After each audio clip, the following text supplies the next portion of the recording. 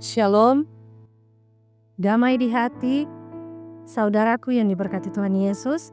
Senang kita berjumpa lagi hari ini, Selasa 24 Juni tahun 2025. Saya percaya ada sukacita kita menikmati hari berkat Tuhan ini. Karena itu, marilah kita isi hari ini dengan belajar firman Tuhan lewat renungan harian keluarga. Mari kita berdoa.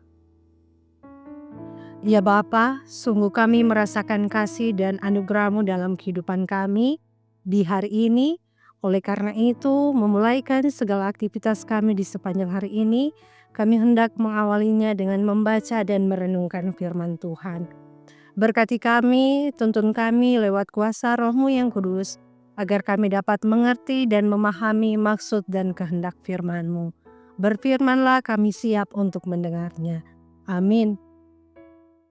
Pembacaan kita di hari ini diambil dari surat Paulus kepada Timotius, 2 Timotius pasal 3 ayatnya yang ke-12 hingga ayatnya yang ke-13.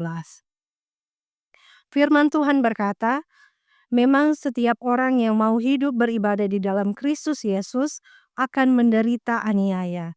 Sedangkan orang jahat dan penipu akan bertambah jahat. Mereka menyesatkan dan disesatkan. Jemaat yang dikasihi dan diberkati oleh Tuhan, judul atau tema renungan kita di pagi hari ini adalah hidup saleh akan menderita aniaya. Keluarga Kristen yang dikasihi dan diberkati oleh Tuhan Yesus, orang yang beribadah kepada Tuhan Allah dan hidup dalam kesalehan tidak selamanya disukai orang. Bahkan karena kehidupan yang demikian, seringkali orang yang percaya mengalami penderitaan. Di daerah-daerah tertentu, ada persekutuan ibadah jemaat yang dibubarkan, pelayanan yang dibatasi, jemaat mengalami intimidasi dan juga mengalami tekanan. Hal itu dilakukan oleh sebagian orang yang tidak percaya kepada Yesus. Jemaat yang dikasihi dan diberkati oleh Tuhan, sementara itu ajaran yang menyimpang dari Alkitab sering muncul di berbagai media sosial, bahkan terkadang mempengaruhi iman orang percaya atau warga gereja. Di masa pelayanan Rasul Paulus pun, dan juga masa pelayanan Timotius juga terjadi penganiayaan dan pengaruh pengajaran sesat. Oleh karena itu, Paulus memperlengkapi Timotius dengan pengajarannya agar siap menghadapinya dalam menjalankan pelayanan. Dalam ayatnya yang ke-12, Paulus menjelaskan, setiap orang yang mau hidup beribadah di dalam Kristus Yesus akan menderita aniaya. Kata ibadah menunjuk kepada kesalehan hidup. Hidup saleh adalah hidup aktif menyaksikan keselamatan Yesus Kristus kepada semua orang dan menarik mereka untuk percaya kepadanya. Akan tetapi, kesalehan memunculkan perlawanan pihak-pihak yang tidak menghendaki orang percaya kepada Yesus Kristus, yang mengakibatkan mereka mengalami penganiayaan dan penderitaan. Paulus mengatakan, justru orang jahat atau orang tidak percaya, kehidupan mereka semakin hari semakin jahat. Demikian juga dengan penipu atau penyesat, akan menyesatkan orang lain sekaligus menyesatkan hidup mereka sendiri. Untuk itulah Paulus membekali Timotius dalam menghadapi tantangan. Ia harus kuat dalam iman, ia harus menjaga kemurnian pengajarannya, dan supaya tetap hidup saleh. Keluarga Kristen yang dikasihi dan diberkati oleh Tuhan, jika ada orang yang tidak setuju, bahkan membenci dan menekan kita karena iman dan ketaatan pada Yesus Kristus, janganlah keadaan itu melemahkan iman kita. Pandanglah hal itu sebagai sebuah proses pendewasaan iman. Sebab penderitaan yang kita alami sekarang tidak sebanding dengan yang dialami Paulus, apalagi yang dialami oleh Yesus Kristus. Paulus menyebutkan bahwa orang yang jahat dan penipu akan semakin jahat, menyesatkan dan disesatkan. Ini menunjukkan bahwa dunia ini akan terus mengalami degradasi moral dan spiritual. Orang-orang yang tidak mengenal Tuhan Allah dalam Yesus Kristus akan terus hidup dalam dosa dan kejahatan. Oleh karena itu, jangan sampai kita terpengaruh oleh cara hidup mereka. Jangan pula kita tergoda ataupun mengikuti pengajaran-pengajaran yang kedengarannya bagus dan juga menyenangkan di telinga, namun sebenarnya menjebak iman kita. Oleh karena itu, marilah kita bekali terus diri kita dengan firman-Nya. Mari kita terus tetap dalam doa, hidup senantiasa saleh dan bersekutu dengan sesama orang yang percaya. Kita harus yakin bahwa pertolongan Tuhan Allah akan selalu menyertai kita. Amin. Mari kita berdoa. Kami bersyukur kepadamu ya Allah Bapa di dalam kerajaan sorga, karena di pagi hari ini kami boleh bersyukur bersama, bersekutu bersama, mendengarkan firman Tuhan.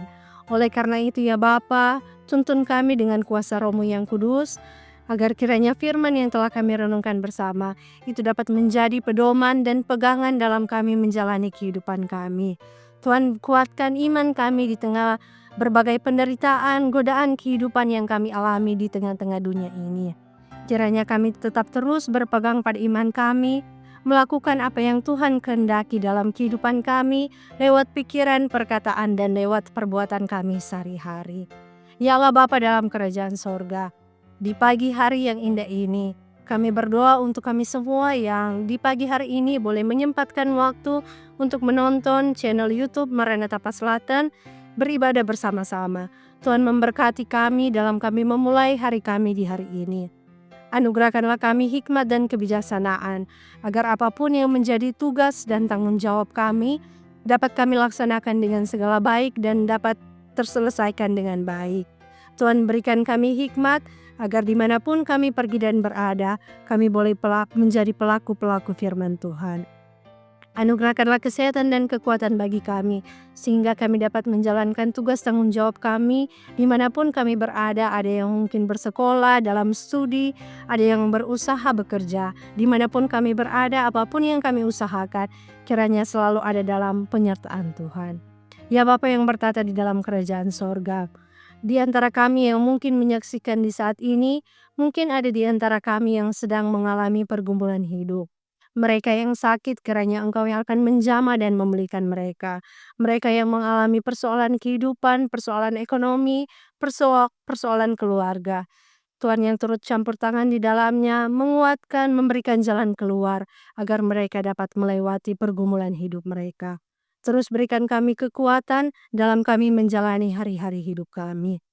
Bagi mereka yang juga sedang bersyukur merayakan hari ulang tahun, pribadi maupun perkawinan dan syukur lainnya, kiranya Tuhan yang akan senantiasa memperlengkapi sukacita mereka. Terima kasih ya Bapa di sorga, kami hendak mendoakan untuk gereja Gemi Maranatha Paslatan. Tuhan memberkati mulai dari kolom 1 hingga kolom 27, para pelayan khusus yang ada, pendeta, diaken, penatua yang ada, bahkan seluruh perangkat pelayanan yang ada.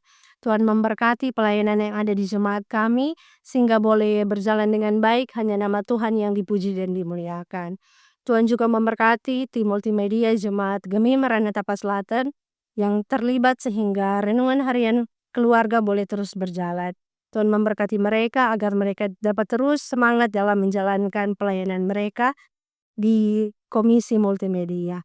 Terima kasih ya Tuhan, berkati aktivitas kami di sepanjang hari ini. Kiranya apapun yang akan kami lakukan, kerjakan di sepanjang hari ini, berkenan di hadapan-Mu. Ini kami yang berdoa dan mengucap syukur, kami bawa doa ini di dalam nama anak-Mu Yesus Kristus. Amin. Demikian renungan harian keluarga hari ini. Jangan lupa untuk like, share, dan ikuti terus YouTube channel Jemaat Gemi Maranatha Paslatan. Selamat beraktivitas, kiranya Tuhan Yesus memberkati kita sekalian. Shalom, damai di hati.